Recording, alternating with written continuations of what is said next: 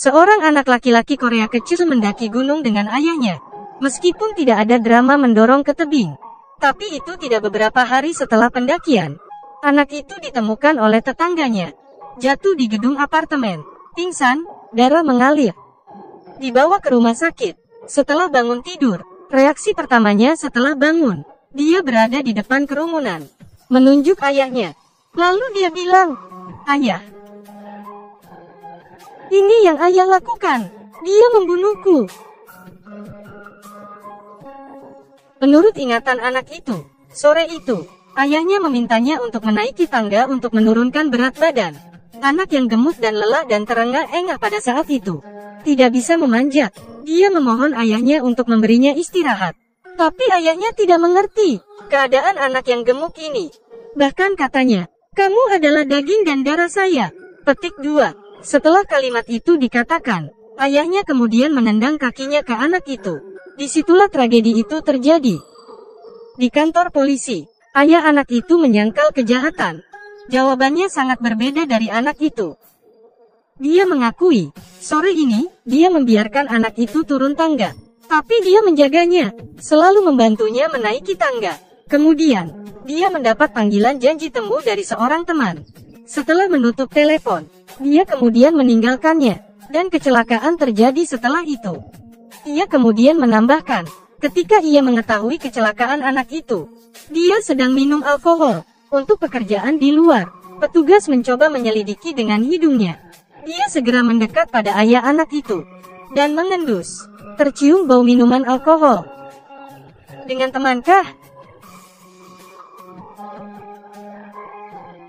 Benar. Orang ini tidak ragu menjawab. Dia pikir ayah anak itu adalah orang jujur. Tapi Polwan memiliki pandangan yang berbeda. Dia pikir, anak itu ada masalah. Polisi memberikan kesimpulan. Lihat cara berpakaian. Sandal yang ia pakai bukan miliknya.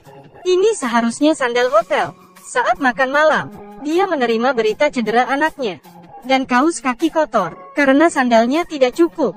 Disebabkan oleh jatuh saat berlari. Ini adalah faktor-faktor yang polisi percaya pada ayah anak itu. Sebuah kesimpulan yang indah. Penyidik muda tidak bisa membantu tetapi memberikan jempol. Tetapi untuk menyelesaikan kasus ini adalah untuk memperhatikan bukti.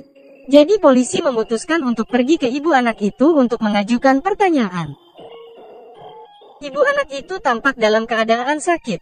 Bahkan lebih mengejutkan lagi, dia mengatakan kepada polisi, anak itu adalah anak yang baik yang tidak bisa berbohong. Jadi polisi bertanya, apakah Anda pikir suami Anda akan membahayakan anak-anaknya sendiri? Petik 2. Tidak mungkin. Bagaimana kau bisa mengatakan ini? Petugas, kami tidak memiliki masalah dengan keluarga kami. Tidak ada masalah apapun sekarang. Ayah anak itu tampaknya memberi tekanan pada istrinya. Polisi mencoba mengerti ibu anak itu. Hanya satu pertanyaan terakhir yang diajukan. Apakah anakmu membeli asuransi? Ibu itu memberikan jawaban positif. Setelah pertanyaan tentang itu, polisi dan teman-teman, kasus ini terus dibahas di dalam toko. Tapi itu tidak butuh waktu lama. Mereka mengesampingkan kemungkinan mencelakakan orang untuk mendapat keuntungan. Karena, anak itu hanya 15 tahun. Asuransinya tidak ditanggung oleh asuransi kematian. Selain itu, situasi keuangan keluarga mereka tidak sulit. Penyelidikan mengalami kebuntuan. Polisi wanita itu pekerja keras. Dia tidak ingin kembali tanpa keberhasilan. Dia tinggal di kantor polisi untuk bekerja lembur. Mudah-mudahan video akan memberikan bukti. Ia merasa bertanggung jawab. Setelah menonton beberapa kamera pengintai, polisi akhirnya menemukan sosok ayah gemuk ketika insiden itu terjadi. Anak itu terluka keesokan sorenya. Ayahnya memang meninggalkan tempat parkir apartemen. Dan itu adalah sepatu kulit di kakinya pada saat itu. Ini menunjukkan, sandal pasti digunakan keluar dari restoran. Selain itu, dalam hal reaksi ayah anak itu, dia bersiul dan bermain dengan kunci. Ini tidak seperti ia berada dalam suasana hati setelah kejahatan. Jadi sepertinya seseorang ada di balik ayah anak itu. Pasti ada sesuatu yang ayah anak itu sembunyikan di dalam hatinya. Dan Pak Cui bahkan lebih yakin akan hal ini. Dia maju dengan percaya diri. Kasus ini diserahkan kepadanya. Hari kedua pagi hari, polisi muda juga menemukan petunjuk penting. Ini adalah video waktu kejahatan, di mana pria gemuk kecil jatuh. Adalah platform tangga antara lantai 5 dan 6. Dan anak laki-laki dalam video, lift hanya sampai 6 lantai. Spekulasi berani, anak itu adalah saksi. Di tempat lain, polisi juga memulai penyelidikannya. Dia menemukan identitas teman ayah anak itu yang telah membuat janji pada hari kejadian. Dia adalah dokter wanita. Itu membuat Pak Cui sedikit bertanya-tanya. Karena dalam catatan ayah anak yang gemuk sebelumnya, ayah gemuk selalu memanggil temannya, orang kurang ajar. Itu secara tidak sadar terpikirkan. Ini adalah wanita kedua ayah anak itu. Dokter wanita menjelaskan dengan senyum. Keduanya bertemu ketika mereka masih kuliah. Hubungannya sangat kuat, tidak bisa dipisahkan. Pak Cui mencoba meluruskannya. Sekarang bahwa ia berada dalam hubungan kuat ini. Petik 2. Lalu kenapa kau ada di sana? Tidak pergi bersamanya untuk melihat anak yang terluka. Belum lagi anak itu ada di rumah sakitmu. Dokter wanita menjelaskan dengan canggung. Karena aku minum sedikit alkohol. Menjadi tidak nyaman. Mendengar jawabannya, penyelidikan kembali dilanjutkan. Apa yang kau lakukan? Ya benar, bau anggur masih tercium. Setelah mengendus, Pak Cui bilang dia tidak punya apa-apa untuk ditanyakan. Kemudian mulai mencari kartu namanya. Mencari ke belakang sakunya, tapi tidak menemukannya. Pak Cui tidak berhati kecil. Taburkan semua koin di saku celananya. Dokter wanita sangat enggan untuk membantu. Polisi memulai aksinya. Tolong bantu aku mengambilnya. Baiklah.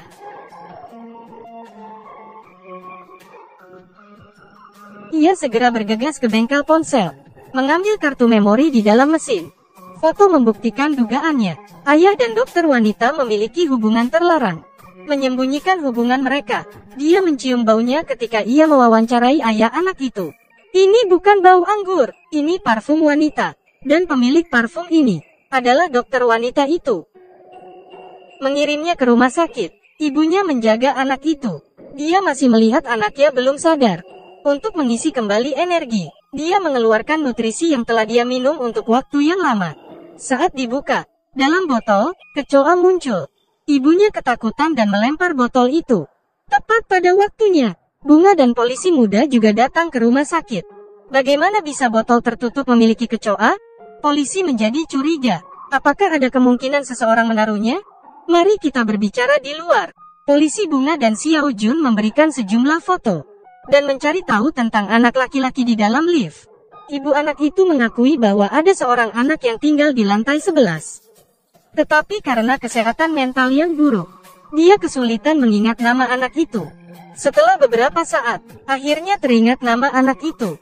Zixun, katakanlah, ia membuat permintaan lain. Saya berharap polisi tidak mengejar suaminya.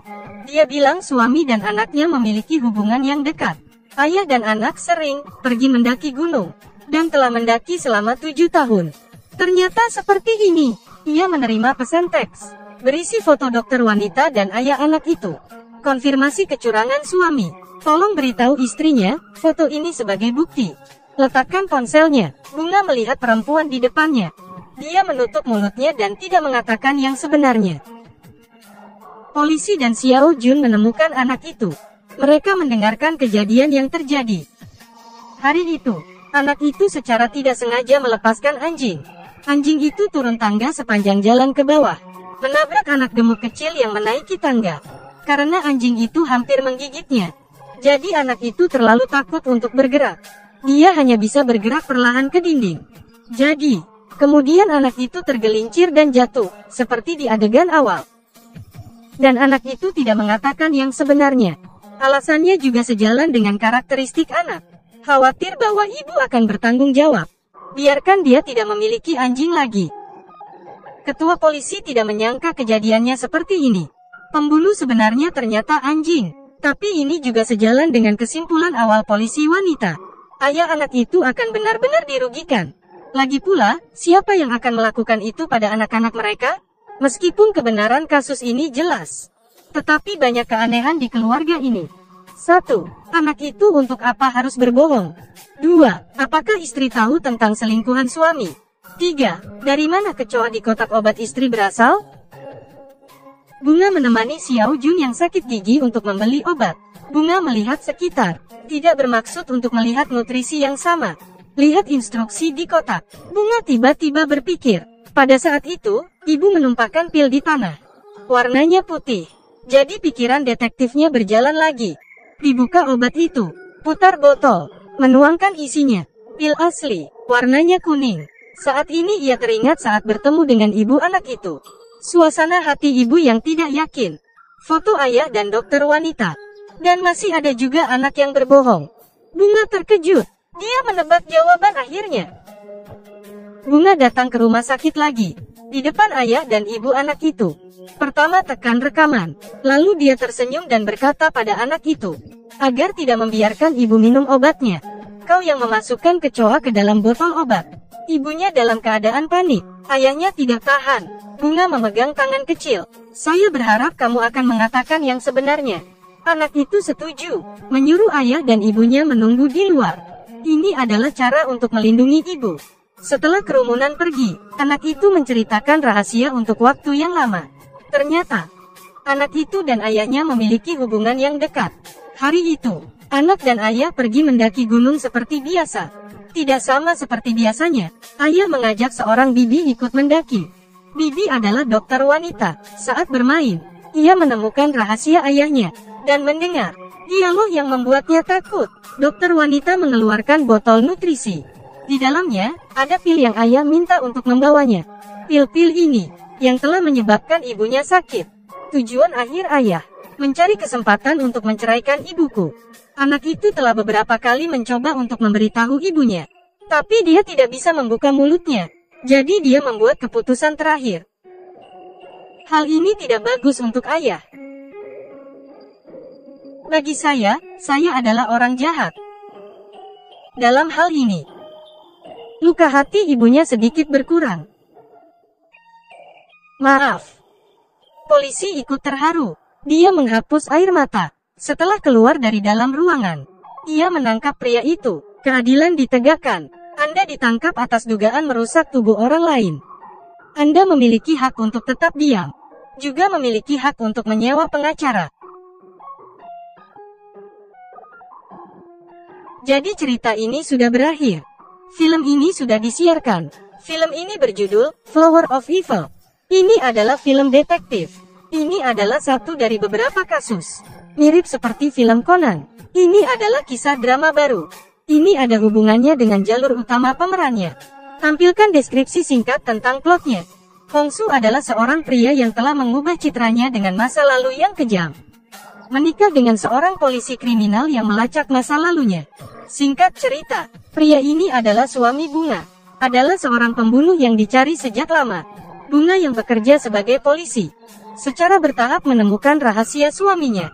Namun akhirnya, polisi wanita juga akan menghadapi kasus. Dia tidak percaya hatinya lagi. Menangkap suaminya dengan tangannya. Memiliki banyak misteri. Film Flower of Evil baru saja dimulai. Mari kita menyaksikannya.